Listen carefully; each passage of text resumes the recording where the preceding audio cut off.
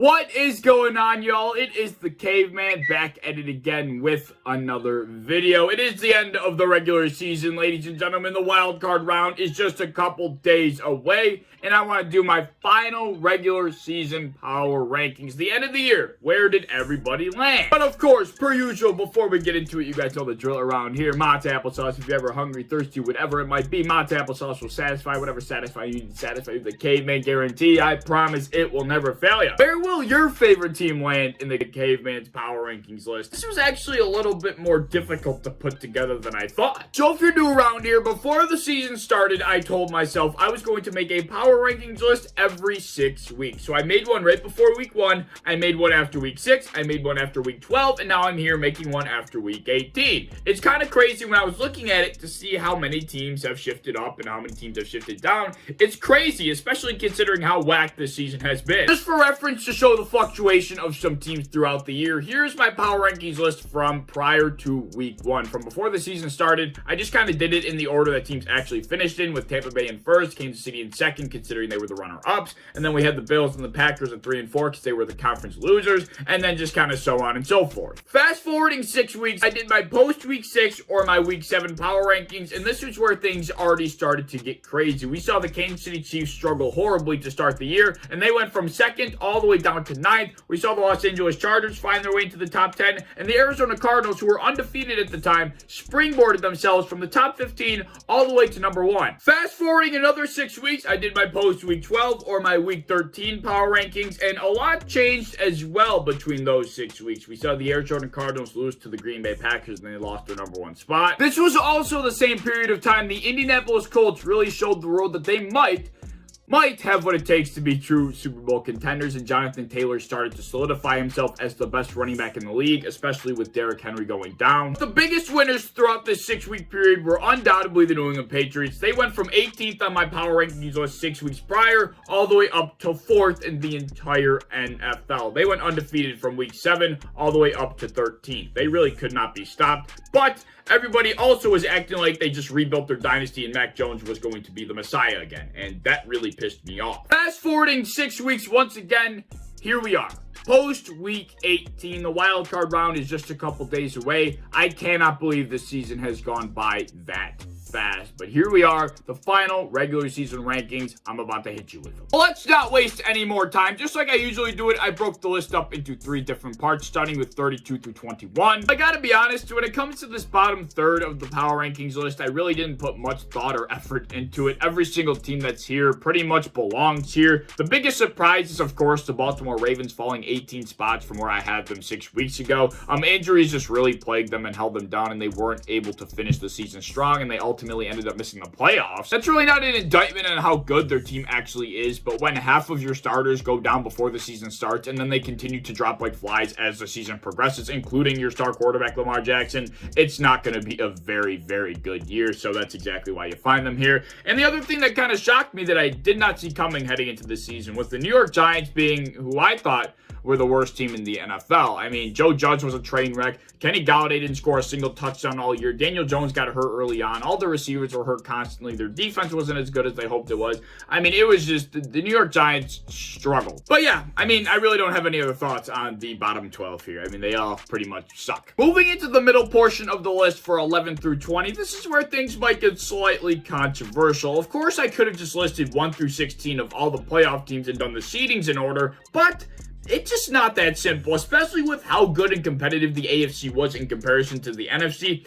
It just ain't like that. For starters, I have the New England Patriots dropping out of their top 5 position at 4th, out of the top 10 at 11th heading into the playoffs. They did not finish the year off very strong. They lost to the Bills in the second game. They got smothered by the Colts. They certainly weren't on that same dominant run that we saw throughout week 7 through 13. Another team in this section that took a pretty traumatic tumble was the Indianapolis Colts. They had a very strong middle portion of the year, but finished off in the worst way possible and ended up missing the playoffs. That crushing loss to the Raiders and then losing to the Jaguars in that fashion. I don't have to reiterate it. It was brutal, but, you know, unfortunately, they just cannot be in the top 10, obviously. You are probably wondering how I do have the Colts and the Chargers above 2 playoff teams in the Steelers and the Eagles. Well, the Colts and the Chargers are both better teams than the Eagles. The Eagles haven't beaten a single team above 500. They just happen to play in the NFC East, and they're in the NFC as a whole, so they don't have to play in the competitive conference that is the AFC. I guess you could make a little better of an argument for the Steelers over the Chargers or the Colts, but I really just don't see it. Just because the Steelers squeaked in a miracle doesn't mean they truly are the better team. I don't know. I guess it all depends on how you look at it. Yeah, the Steelers are a playoff team. The Chargers and the Colts aren't, so I guess that makes them better by default. But I don't know. I just can't find it in my heart. I just can't see it through my thick skull, the Steelers being better than either of those teams. I just can't understand. You're also probably wondering how in God's name I only have the Dolphins moving up one spot up to 19th after the way they ended the year. Well, let me tell you. The way they ended the season is exactly why I didn't have them moving any further up this list. I don't care how many games you win in a row. They got to the most important game of their season to keep their hopes alive. And they didn't just lose, all right? Yeah, I get it. They were playing the number 1 seed Tennessee Titans. But they didn't just lose that game.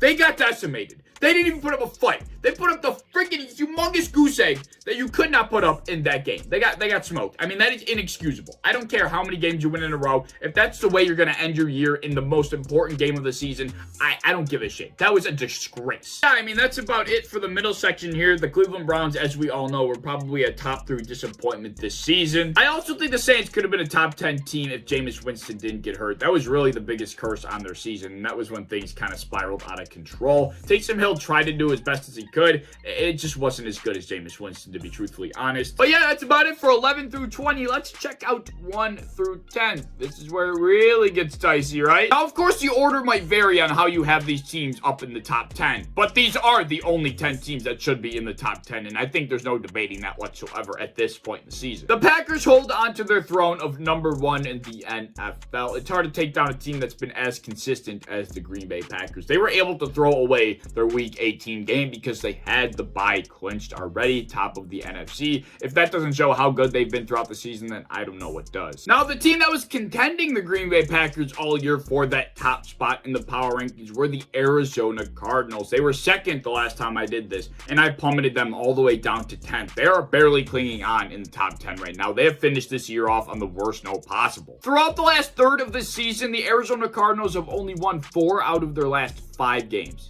They were the last undefeated team in the NFL, and now they cannot string together a couple wins. That is nuts. Talk about a humongous plummet. The Arizona Cardinals are experiencing one, and that's why I had them going from 2nd to 10th. 49ers are another team that saw a relatively decent jump. There was a short spell of time there where Jimmy Garoppolo went back to being Jimmy Garoppolo, but when he plays good football, they really could be Super Bowl contenders, and that's kind of the team I'm expecting to see throughout the postseason here. I almost did put the Bills at 5 and put the Titans at 6, but how could I not put the top seed in the AFC in the top 5? I feel like that would be a little biased, so I kept the Bills out of it. The Titans did beat us, even though that was very early in the season. But getting Derrick Henry back makes that Titans team a lot scarier than they were heading into the postseason. Then, of course, the Los Angeles Rams, they are the team I put in 2nd. They're the team that I think is going to have the best opportunity to knock off the Green Bay Packers. I mean, they're the most talented team I have seen on paper in probably my entire life. In the 20 years I've been alive, this is probably the best team ever rostered. I mean, the amount of talent that the Los Angeles Rams have on both sides of the ball it's not even possible at Madden. Like, you would have to turn off every slider. You'd have to turn off the salary cap. You'd have to turn off every setting in Madden to get the type of team that they have currently. And they're still not number 1 in my power rankings. This is the definition of Super Bowl or bust for them. Like, they have to at least make it to the Super Bowl, if not win it all. That being said, the Los Angeles Rams' chances to make that Super Bowl run happen definitely increased after the Tampa Bay Buccaneers experienced all of those injuries to their star players. They lost a lot of guys, and it's definitely going to take a toll on them later in the postseason. I've seen the Tampa Bay Buccaneers struggle over the last couple weeks now without their star guys, right? They almost lost to the New York Jets. They were in a little bit of a dogfight with the Panthers for a short spell of time there. It's going to be tough sledding for them. I doubt they make it all the way to the big game, even though Tom Brady's their quarterback, greatest of all time, blah, blah, blah. They just don't have enough pieces on the offensive side of the ball. But either way, those are my power rankings. That's my 1 through 10. You saw my 11 through 20, and you saw my 21 through 32. Let me know your thoughts down in the comment section below. I'm going to make a video talking about what I think is going to happen this weekend during the wildcard round. Please leave any thoughts you have down in the comment section below. If you enjoyed, as always, please like, subscribe to all the fun stuff. If you want to hit the bell to be notified when I upload, I'd appreciate that. You want to go over to Twitter, follow me over there, I'd appreciate that as well. I have a TikTok down in the description that I think you should check out, and I'll see you guys in the next next one. Peace.